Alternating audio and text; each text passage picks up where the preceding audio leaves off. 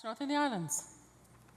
Yes, thank you, Madam Speaker, and it's my pleasure to stand today and speak to Bill 18, second reading, and it's quite interesting to hear the perspectives of my colleagues. In my read of the bill, this bill isn't designed to enable actually build new housing. This bill is so that municipalities can gather the data in order to inform the decision making. And in fact, that's a piece in this bill that to me is a bit troublesome, to be honest with you, is that there's nothing compelling to the decision making. It's a consideration. And so where the government will get criticism that this isn't building one piece of new housing, whatever that means, my biggest challenge with this is that I think I don't want the same thing, which is another report collecting dust. I want to see something that is going to inform decision making. In fact, in Saanich North in the Islands, the former MLA who was in this seat before me put together some money and various partners, and they did a report, a housing needs assessment, and I've referred often to that housing needs assessment. It's a good piece for what he was able to put together to identify gaps within our municipalities. And in fact, he extended it further than just the municipal governments. He extended it even to First Nations, which is something that when I take a look at some of the broadest housing needs that we have in our communities, especially in Saanich North and the Islands, those are going to be found within the First Nations communities. And we so often hear that, well, the First Nations is a jurisdiction of the federal government, and that's the jurisdiction of the federal government, and the federal government will figure it out. But the reality is that the housing needs in a First Nations community so often impacts the communities that First Nation exists in. And so I don't know that while we can separate the two by levels of government, that our communities, there's actually any physical separation. There isn't. We live and work and play within the community. And so I think one of the pieces that the former MLA, the gap analysis that was done in on the Saanich Peninsula was, and I'm very thankful that he included the First Nations within that report.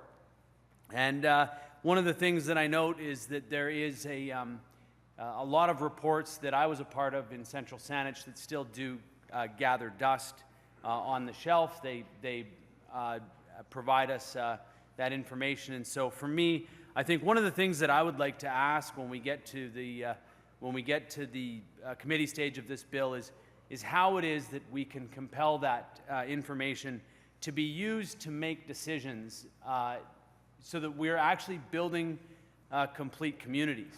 So where my main disagreement is with the two members in the official opposition that spoke is that these actually can enable the construction of housing units, and they inform the local government if the local government decides that they want to be informed. One of the challenges that I have in just simply suggesting that, oh, the market's going to solve this all for us, is that the market has largely been left to determine what kind of housing is being built in our communities, and there are massive gaps. There are massive gaps in our communities right now at the low end of the housing market. There's the no income, the low to no income, the middle income, the missing middle. We're not building houses for those folks.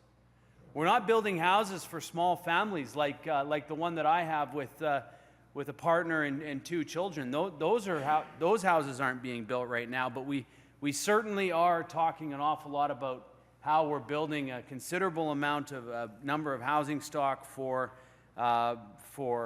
condo units, that are not for the identified housing gaps that are in that study that we have. And so when I have brought that housing study forward to the municipalities in Central Saanich and North Saanich and Sydney, certainly they acknowledge them.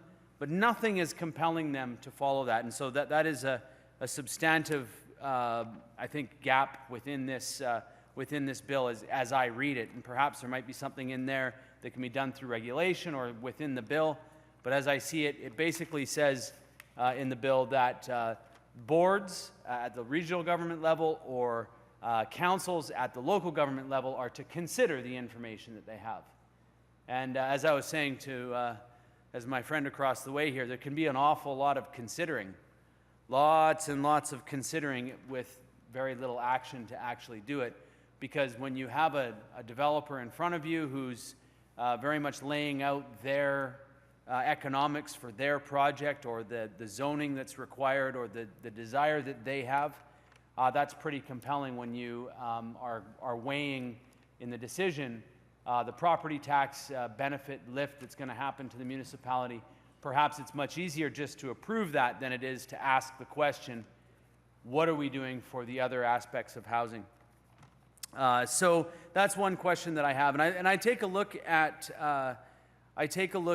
some other pieces to this that I'll be asking about. You know, it was suggested that perhaps staff will be doing this. There doesn't appear to be any qualification, like who is going to be qualified to do these reports.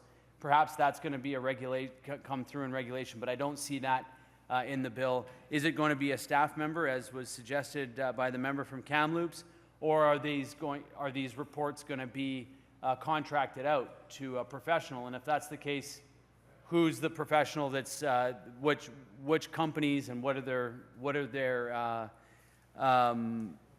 qualifications to in order that that they qualify to do this work? And also I have another question that I'll be asking around the terms of reference. That there's quite a it's clearly laid out what is going to be expected to be in this report, and I'll be asking around whether or not municipalities can add to that terms of reference and have a broader question being asked, or if that's going to be where it's at. So those are some of the questions that I have. In the spirit of this, I support gathering data. I support decision-based, evidence-based decision-making, decision-based evidence-making, evidence-based decision-making. I support that, so I support the collection of data. For me, the most important thing is that if we're going to compel municipalities to collect that data, then that should inform the actual decision that comes out the other end. And so I will leave it at that for today. We can get further in depth into this bill when we go to committee stage. I'm thankful that this was brought forward for us to have the discussion. I think that it will inform the province and the decisions that we make here in the provincial government about where support can go, where funding can go, and some of the decisions that need to be made on the market side of things. So I thank you very much for bringing it forward to the minister, and I look forward to debating it at committee stage.